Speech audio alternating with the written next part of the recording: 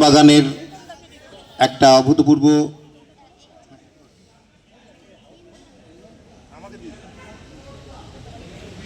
মাননীয় দেবাশিস দত্ত তিনি শুভেচ্ছা সম্মাননা জ্ঞাপন করছেন ইতিহাসবিদ শুভ্রাংশু রায়কে।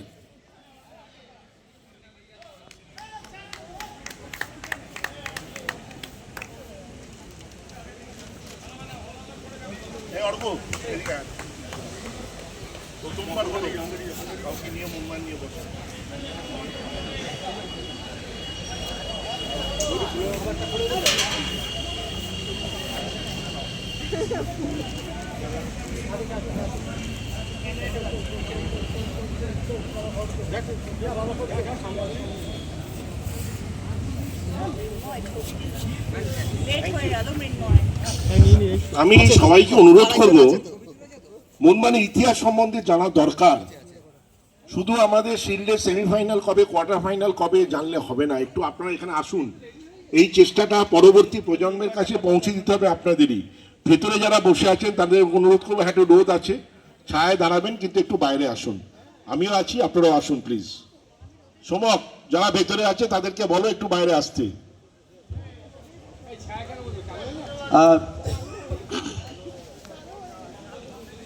সবাইকে দীপ্তাহরিক শুভেচ্ছা।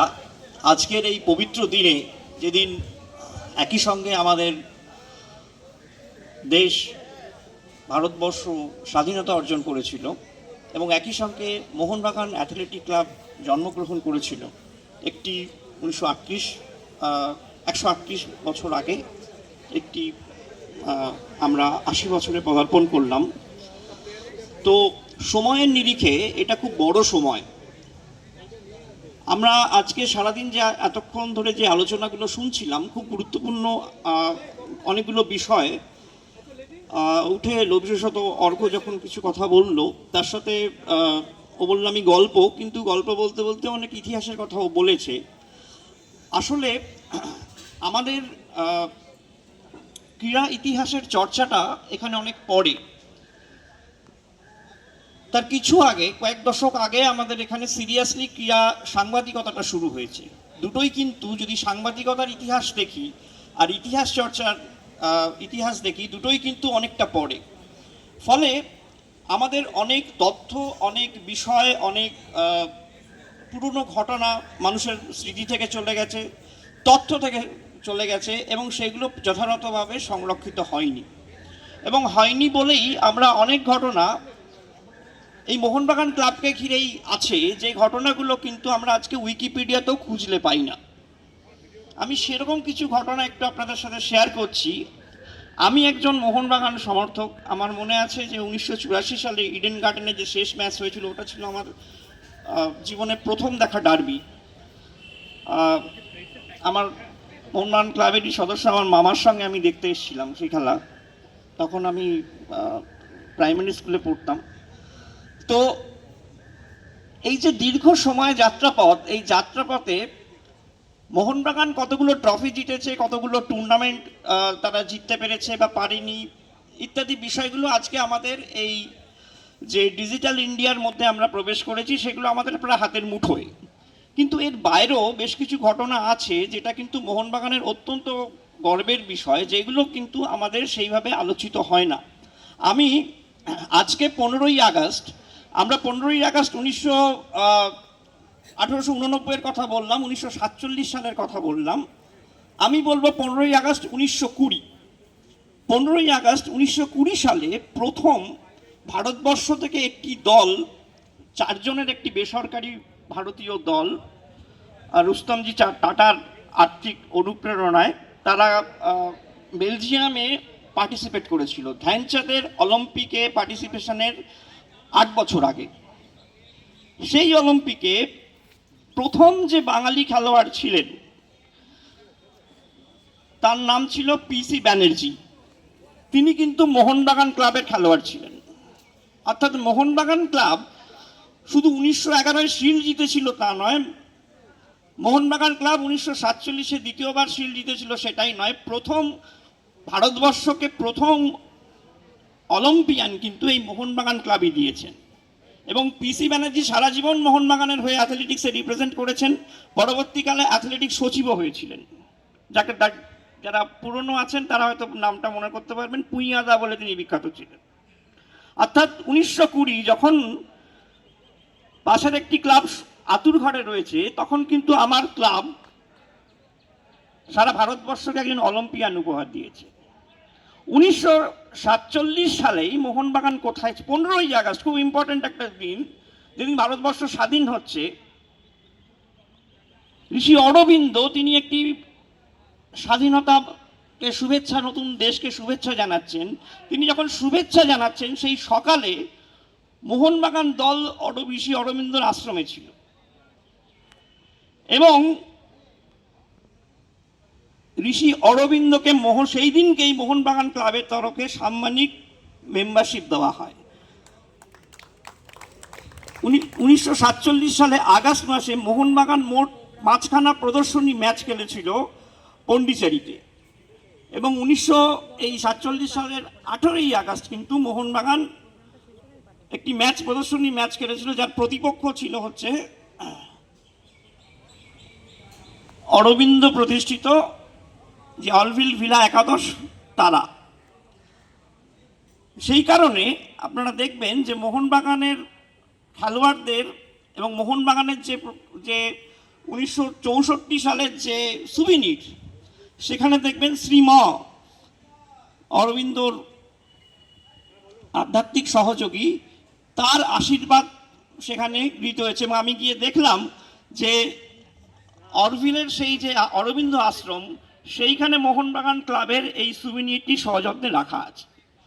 এটা কিন্তু সেই সময়ের প্রেক্ষিতে একটা খুব বড় ঘটনা, যেটা আমাদের ইতিহাসে আলোচনা করা নেই। আমরা যদি এই যে আমাদের অত্যন্ত আনন্দের বিষয়, এইবারে দেশ পত্রিকায় এই ঘটনাটা উল্লেখ করা হয়েছে, এটা যে আমাদের যে গেট রয়েছে, যে 3জন পৃথিবীখ্যাত স্পোর্টিং পার্সোনালিটি, পেলে, মারাদোনা এবং স্যার গ্যারি সোবার্স, এই 3জনের সঙ্গেই মোহনবাগানের যোগসূত্র রয়েছে। আমরা পেলের ম্যাচে যারা পেলের বিরুদ্ধে খেলেছিলেন, কয়েকজন বিখ্যাত ফুটবলার এখানে ছিলেন। পেলের এই যে ম্যাচ, এটা একটা ঐতিহাসিক অন্যদিকে গুরুত্ব ছিল। এটা ছিল পেলের জীবনের শেষ আন্তর্জাতিক ম্যাচ।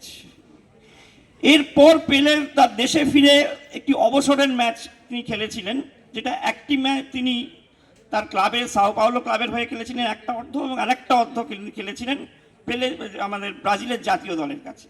কিন্তু পেলের জীবনের যেটা শেষ আন্তর্জাতিক ম্যাচ ক্লাব ফুটবলে, সেই ম্যাচটা কিন্তু মোহনবাগানের বিরুদ্ধে।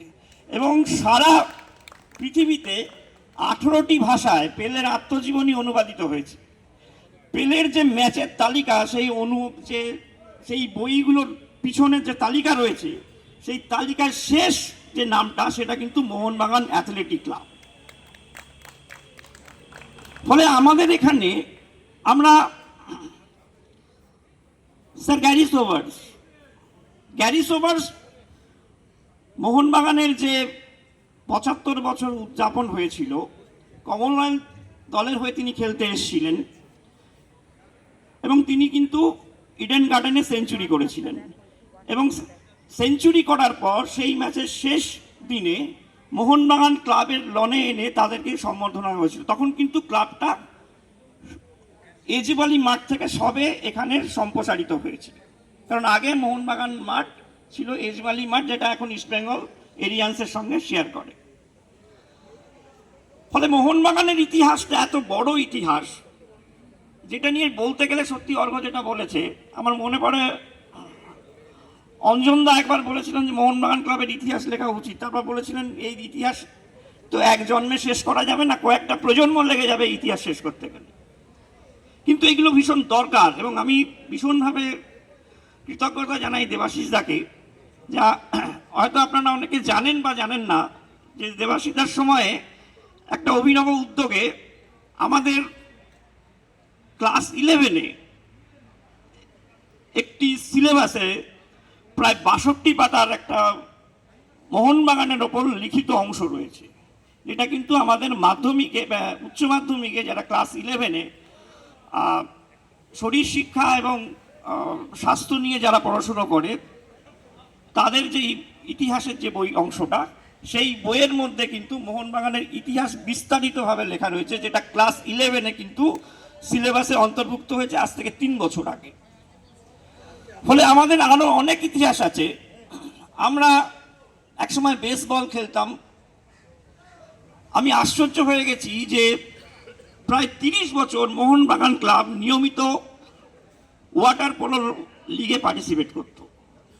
পুরনো যে